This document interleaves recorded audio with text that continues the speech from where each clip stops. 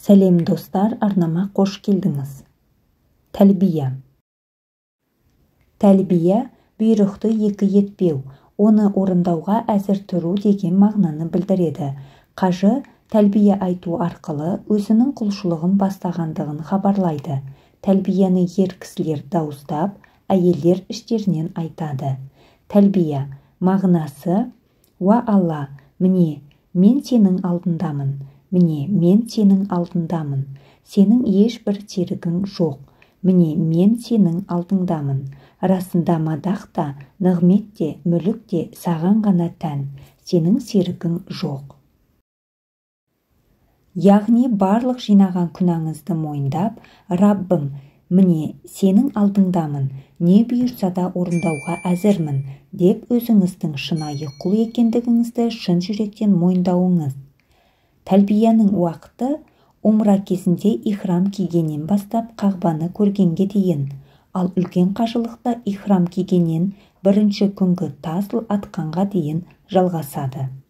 Ескерту: қажылыққа әуе жолы арқылы аттанғанда ұшақ капитаны қажыларға миқатқа жетерден бұрын хабарлап ескертеді. Бұдан соң қажылар ихрам киімдерін киіп, тәлбиені қайталап айта бастайды. Ихрамды үйлерінде немесе миқаттан бұрын әуежайда киюлеріне де болады. Олар миқатқа жеткенде тәлбие айтып, өздерінің ғибадатты бастағандықтарын жария етеді. Меккеге кіргенде орындалатын амалдар.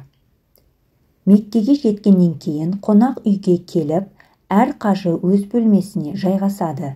Бір тынығып алып, топ басшыларымен бірге Әл-Харам мешітінде умра жасауға барады. Тауафты дәретсіз орындауға болмайды. Мешітке келген кезде оң аяғымен кіріп, төмендегі дұғаны оқиды. Бұл дұға барлық мешітке кірерде айтылады. Тауаф.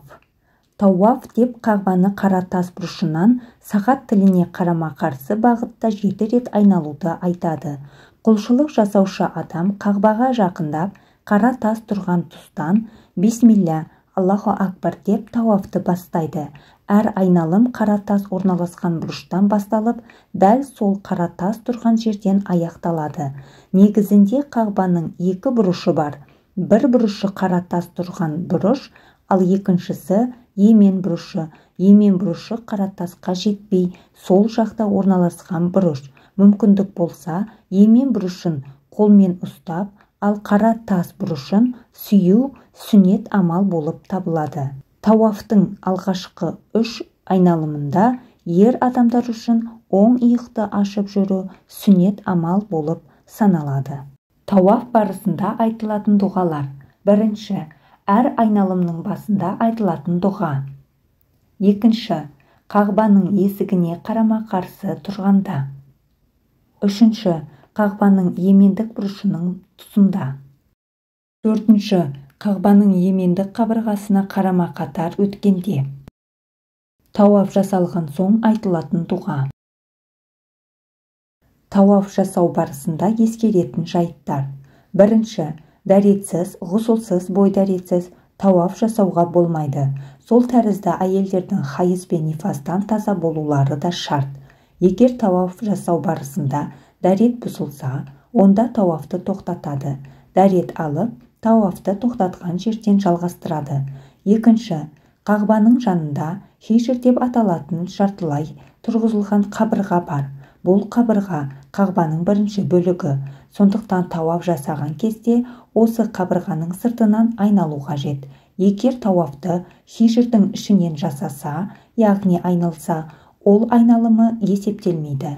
Хижрдің ішінен жасаған тауафты қайтадан сыртынан жасау қажет. Үшінші, қағбаның қабырғаларын сүюге болмайды. Төртінші, тауаф жасау барысында әйелдермен қатты араласып кетуге тыйым салынады. Бесінші, егер тауаф жасаған кезде айналым санынан жаңылысса, онда ең аз санымен амал етіп, тауабын аяғына жеткізеді. Алтыншы, егер намазға қамат айтылса, онда тауафты тоқтатып, намазға тұрады. Намаз оқып болған соң, тауафты тоқтатқан жерінен жалғастырады.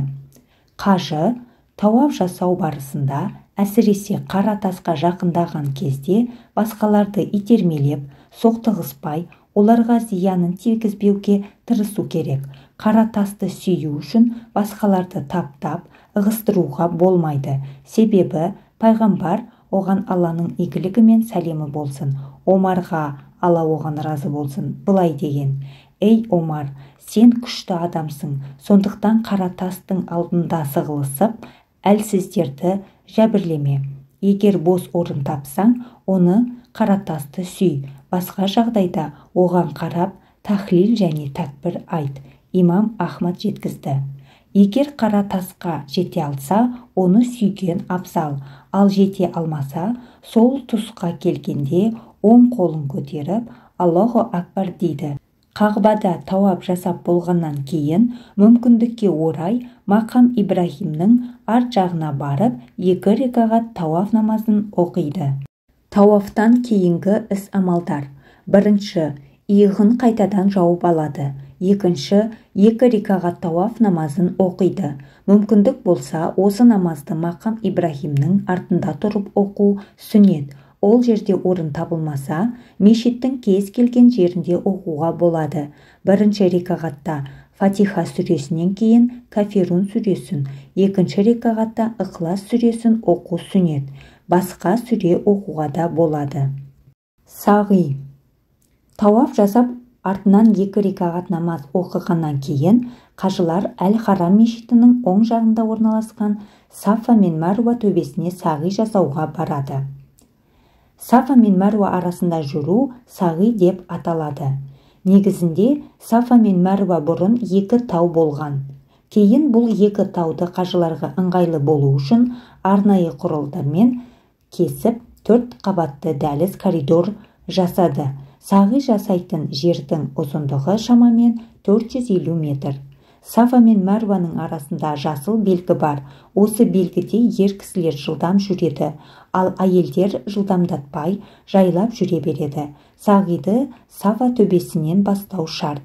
Сафа төбесіне жақындаған кезде расында Сафа мен Мәруа Алланың белгілерінен. Сонда кім қажылық немесе умра орындаса, ол екеуінде тауаф етудің оқасы жоқ. Кімде-кім артықша бір жақсылық істесе, Алла шүкіршілікті қабылдаушы, толық білуші деген дұғаны айту керек. Екінші, Сафа төбесіне көтерілген соң Қағбаға қарап 2 қолын жайып оқылатын дұға. Осы дұғаны оқығаннан кейін өзіне, отбасына, туған-туыстарына, дос-жарандарына және барлық мұсылмандарға дұға тілейді. Одан кейін Сафа дөңінен түсіп, Мәруа дөңіне беттейді. Сағи өтеу барысында да көп дұға жасау керек. Мәруа төбесінде қажы Мәруа төбесіне шығып, жүзін құблаға бұрып, Сафада айтқан дұғаларын қайталайды. Одан кейін қайтадан Сафаға қарай беттейді. Жасыл белгінің тұсына келгенде екінші жасыл белгіге дейін жылдам жүреді. Осылайша 7 рет сағи жасайды. Сафадан Мәруаға баруды 1 шаут айналым, Мәруадан Сафаға баруды 2 шаут деп айтады. Осылайша сағи Сафадан басталып, Мәруадан аяқталады. Өзі жүруге шамасы келмеген адам үшін сағиды арбаға мініп жасауына болады. Хайз және нифас болған әйелдерге сағи жасауға рұқсат етіледі. Себебі Сафа мен Мәруа дөңдері тауаф істейтін жерлерден тыс. Шаш алу. Сағи жасап біткеннен кейін ер кісі шашын толық алады, немесе бір тегіс етіп қысқартады. Әйел адам шашын қысқартады. Омардан, Алла оған разы болсын, әйел кісі шашын қанша мөлшерде қысқартады деп сұрағанда, ол мұнша деп саусағының ұшын көрсеткен екен. Шаш алдыру жайында келесі хадистер келген. Я Алла тағалам, шаштарын алғандарды мейіріміңе бөле, деді. Олар сахабалар. Уа Алланың елшісі, шаштарын қысқартқандарды да, дейді. Ол, оған Алланың игілігі мен сәлемі болсын. Я Алла тағалам, шаштарын алғандарды мейіріміңе бөле, деді. Олар тағы, уа Алланың елшісі, шаштарын қысқартқандарды да, деді. Ол, оған Алланың игілігі мен сәлемі болсын. Қысқартқандарды да, деді имам әл-Бухари. Қажы кісі шашын қырғанда жерге түскен әр тал шашы оған қиямет күні нұр болады. Сахих ибн Хибан. Осы хадистің негізінде: «Я Алла тағалам, міне менің кекілім. Алынған әр тал шашым үшін қиямет күні нұр берші, я рақымдылардың рақымдысы» деп дұға тілеу жақсы амал. Шаш алумен байланысты үкімдер. Бірінші, шаш алынатын орын әл-харам аумағы. Екінші, шаш алумен ихрамнан шығады. Үшінші, ер адам үшін шаштың 1/4 бөлігін қысқарту уәжіп. Төртінші, шашы өспейтін кісі басының үстінен ұстараны жүргізіп өтуі уәжіп. Бесінші, әйел кісі шашын қысқартады. Алтыншы, ихрам хәлінде өз шашын да, ихрамдағы өзге кісінің шашын да қырқуға болмайды. Шаш алып немесе қысқартып болғаннан кейін умра амалдары бітеді.